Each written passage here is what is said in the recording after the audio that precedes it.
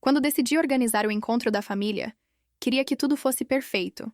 Reservei um espaço privativo naquele restaurante moderno, famoso por suas paredes de tijolos aparentes, lâmpadas Edison penduradas no teto e um cardápio diferenciado com opções feitas pelo chefe, em vez dos tradicionais pratos do dia.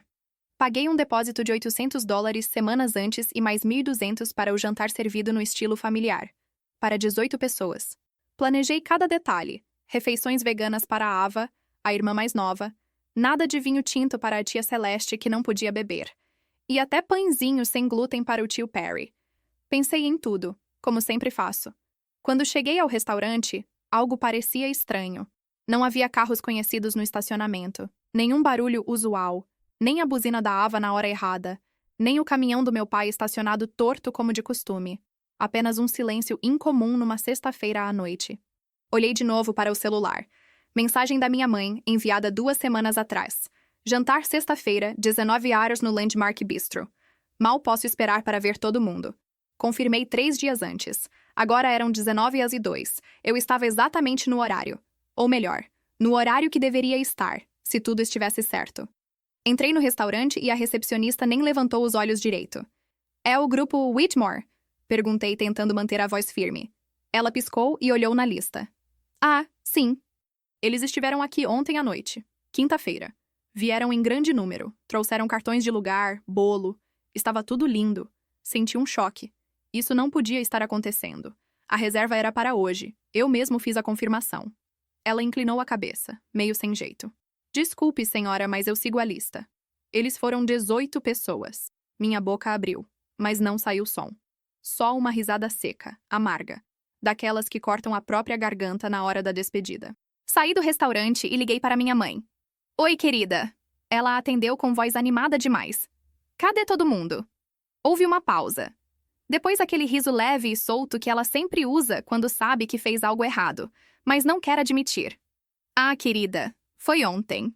Achamos que você não ia vir. Mas não se preocupe, guardamos um prato para você. A gente deixa aí. Não disse nada. Só fiquei olhando para o chão, o celular ainda na mão, enquanto atrás de mim as luzes do restaurante refletiam na porta de vidro que nunca me deixaram atravessar de verdade. Pensei, será que esqueceram? Ou fizeram questão de me fazer sentir assim? Não era a primeira vez que me excluíam. Muito pelo contrário. Mas era a primeira vez que não tentaram disfarçar.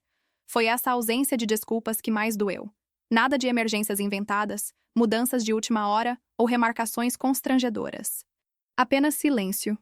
E um prato de comida que sobrou. Quando eu era mais jovem, achava que ser a responsável era motivo de orgulho. Meu nome é Rachel Whitmore, a filha mais velha. Não moro perto, não faço bagunça, não preciso de muita coisa.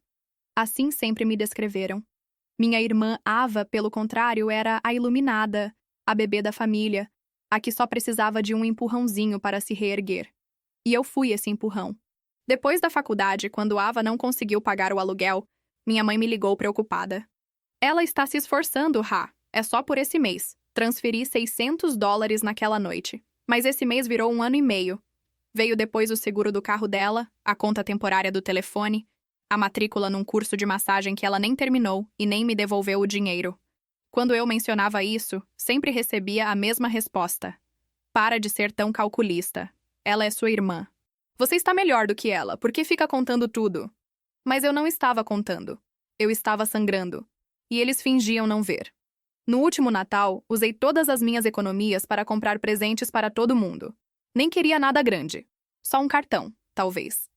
Em troca, recebi uma caixa de chocolate de menta e uma foto da família emoldurada, da qual eu não fazia parte.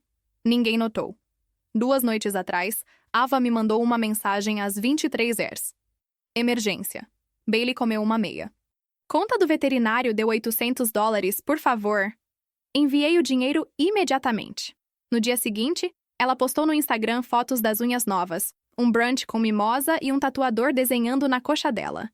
A legenda dizia, temporada de vida leve. Encaminhei a história para minha mãe, que respondeu friamente. Você sempre leva as coisas para o lado pessoal. Ela só está vivendo. Ninguém perguntou se eu podia pagar ou se eu estava bem. Mesmo quando meu pai esqueceu de pagar o imposto da casa deles e recebeu uma notificação de dívida, Fui eu quem salvou a situação com uma transferência silenciosa do meu fundo de emergência. Ele sequer agradeceu, só mandou um resolvido por mensagem. Uma noite que nunca esqueço aconteceu quando eu estava visitando eles em casa. Desci tarde para beber água e ouvi vozes na sala. Ava é obcecada por se fazer de mártir. É triste na real. Eu sei, ela age como se fosse nossa salvadora só porque paga as contas. Meu pai deu uma risada. Deixa ela pagar. Ela não é casada. O que mais faria com o dinheiro? Ava retrucou com aquele sorriso presunçoso. Ela acha que a gente desmoronaria sem ela. Por favor. Eu fiquei parada no corredor, copo na mão, coração acelerado. Eles não sabiam que eu estava ali, ou talvez não ligassem. Na manhã seguinte, minha mãe fez panquecas de mirtilo como se nada tivesse acontecido. Eu não confrontei ninguém, apenas sorri enquanto tomava café e, em seguida, voltei para Minneapolis. Não os cortei ali, mesmo sabendo que devia ter feito. 3 dias depois, Ava me mandou outra mensagem. Estou sem aluguel. Prometo que é a última vez. Eu mandei o dinheiro, porque era isso que eu fazia. Quem eu era. Até a noite daquele encontro no Landmark Bistro, parada no estacionamento vazia, com ninguém dentro e comida suficiente para 18 pessoas, que eu mesma paguei. Foi naquele instante que percebi que não era só a falta de apreciação. Eles tinham decidido que eu era mais fácil de usar quando não estava presente. Não voltei para casa naquela noite. Fiquei sentada no carro, motor desligado, sentindo o silêncio pesado ao meu redor. O estacionamento quase vazio, apenas alguns manobristas e funcionários se movendo devagar. Lá dentro, outras festas brindavam, risadas e talheres tilintando contra pratos. Eu estava ali, atrás do vidro, invisível. Relia a mensagem da minha mãe. Sexta-feira, 19 horas, Landmark Bistro. Tinha confirmado 3 dias antes. 14 mensagens, todas enviadas por mim. Nenhuma única resposta corrigindo a data. Eles sabiam. Todos sabiam. E vieram mesmo assim. Só que sem mim. Minhas mãos tremiam. Não era frio ou raiva. Era algo pior. O tipo de tremor que vem quando você percebe que gritou internamente por anos. E ninguém nunca ouviu porque simplesmente não precisava ouvir. Pensei em Ava, rindo com bolo na boca. Em minha mãe ajeitando os cartões de lugar. Em meu pai levantando a taça num brinde que eu jamais ouviria. Foi ali que entendi. Eu nunca fui realmente convidada. Só estava incluída quando era útil. Tolerada enquanto pagava a conta. Mas jamais desejada. Essa verdade pesou no meu peito, mas não me esmagou como imaginei. Pelo contrário, me fortaleceu. Durante muito tempo, disse a mim mesma que ser necessária era suficiente. Que amor podia parecer pedidos e cobranças. Que família era como uma série de faturas mascaradas de carinho. Mas amor não se mede pelo quanto alguém espera de você. Se mede pelo quanto a pessoa aparece quando não há nada a ganhar. Ninguém jamais apareceu por mim. Não sei quanto tempo fiquei ali, sentada. Talvez 1 hora. Em algum momento daquela quietude, algo dentro de mim se partiu. Não um estalo alto, como um osso quebrando, mas uma costura se rompendo lentamente, silenciosamente, para nunca mais fechar. Não chorei. Não liguei para ninguém. Não gritei na noite como uma heroína de filme. Apenas peguei um recibo que estava no porta-luvas e comecei a calcular. Entradas, upgrade vegano para a Ava, cidra sem álcool para a tia Celeste, gorjeta de 22%. $2.244,84, exatamente. Fiquei olhando para aquele número até que ele queimou a parte de trás dos meus olhos. No dia seguinte, eles iam descobrir como era quando a pessoa que ignoraram parasse de fazer seu papel. E eu sabia exatamente por onde começaria.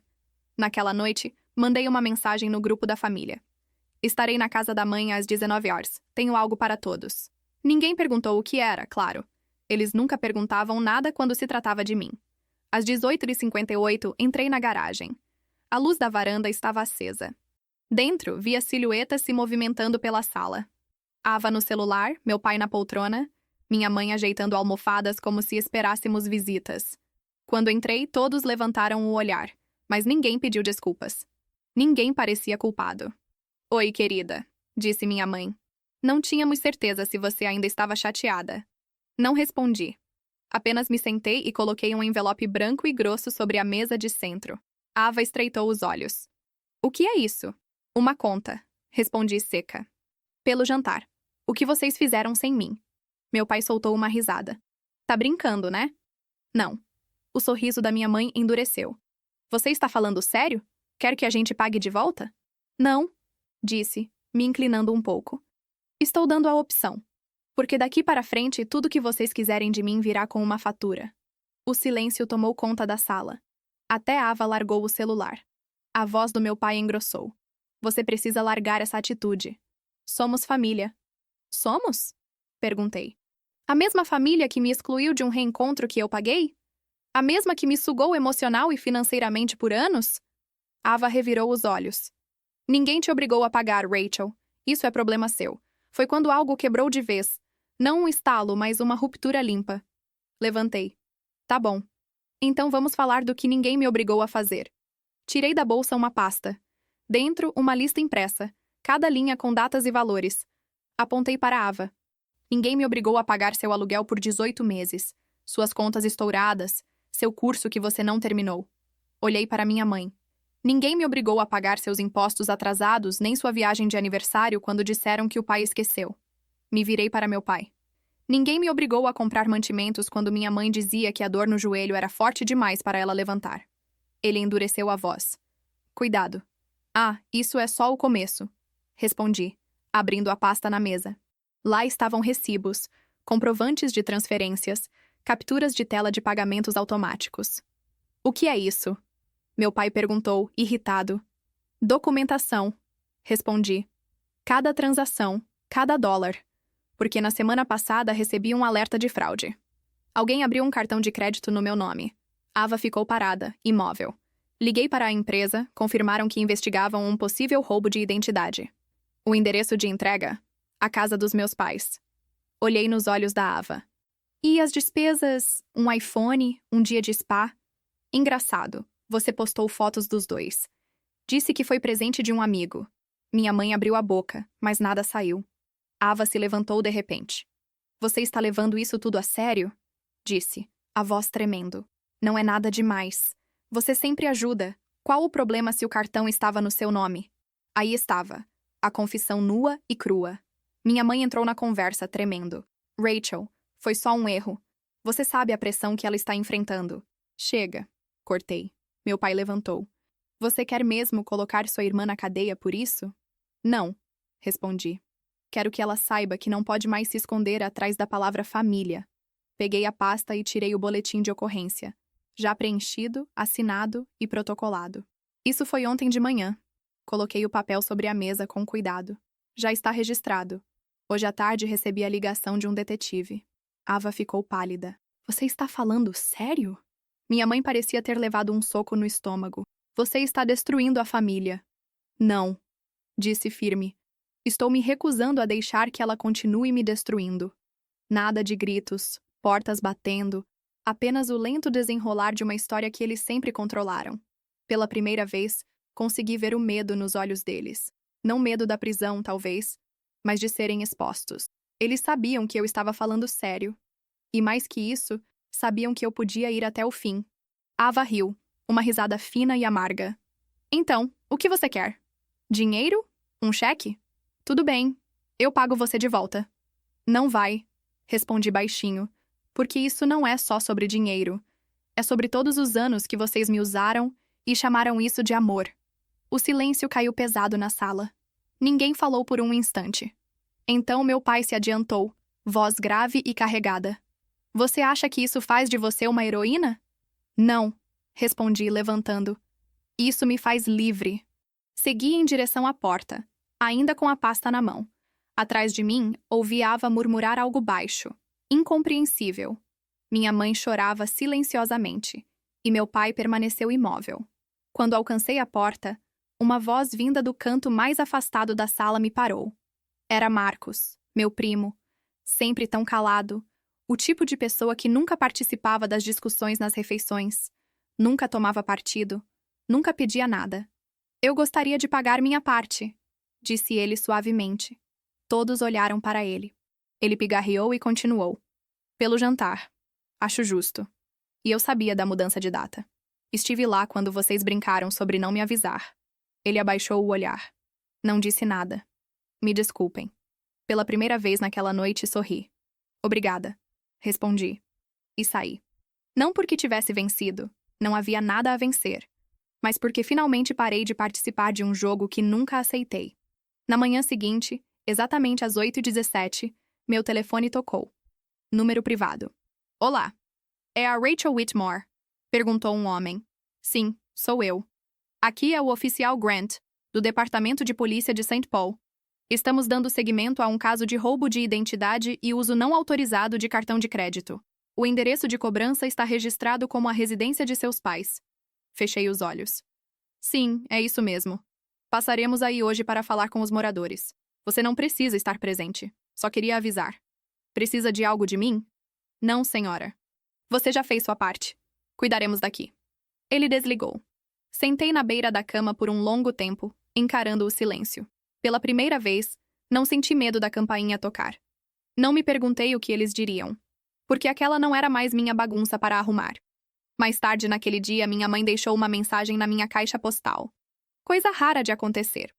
A voz dela estava tensa, como se segurasse um pânico disfarçado. Rachel! Eles vieram, a polícia. Chegaram hoje cedo, enquanto eu ainda estava de hobby. Seu pai nem tinha tomado café ainda. 2 oficiais pediram para falar com todos nós. Todos nós? Perguntei, a voz apertada. Disseram que alguém abriu um cartão de crédito no seu nome e que as cobranças batiam com este endereço. A voz dela falhou. Pediram para olhar o celular da Ava. Foi aí que tudo começou a desmoronar. Ela explicou que Ava tentou sair da sala, dizendo que estava atrasada para o trabalho, mas os policiais pediram que ela ficasse. Ela ficou nervosa, discutiu, mas depois cedeu. Minha mãe suspirou. Não foi fraude, disse ela. Você, Rachel, sempre ajuda. Pensei que ela não ligaria, mas eles checaram mensagens, capturas de tela. Uma das mensagens era para uma amiga, usando seus dados para o spa. Ela é descuidada demais para notar. Não foi só furto, disse minha mãe com tristeza. Foi intenção documentada. Naquela noite recebi uma ligação do detetive Henley, que assumiu o caso. Temos provas suficientes para avançar com as acusações, disse ele. Gostaria de seguir com o processo? Não respondi imediatamente. Em vez disso, rolei pelas dezenas de mensagens que começaram a chegar. Da minha mãe, podemos consertar isso, só precisamos conversar. Do meu pai, você vai arruinar a vida da sua irmã por causa de um cartão. Da Ava, você é egoísta, vou perder tudo. Você quer isso mesmo? Esperei um dia inteiro antes de ligar para o detetive. Pause as acusações formais por enquanto, mas quero que fique registrado. Se ela tocar em algo no meu nome de novo, quero que seja acusada imediatamente. Ele concordou. E assim, o peso mudou. Não porque eles pediram desculpas, nem porque mudaram, mas porque, pela primeira vez, eu parei de carregar tudo. Combinado, Exor. Continuando a história, texto corrido com até 2.000 caracteres. 3 dias depois, minha mãe ligou novamente. A voz dela estava estranhamente suave, como seda sobre uma lâmina afiada. Se você realmente quer consertar as coisas, disse ela, venha até a casa. Vamos conversar cara a cara.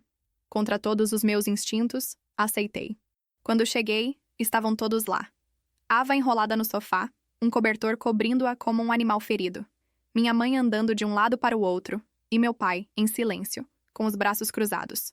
Queremos curar as feridas, disse minha mãe, sentando-se à minha frente.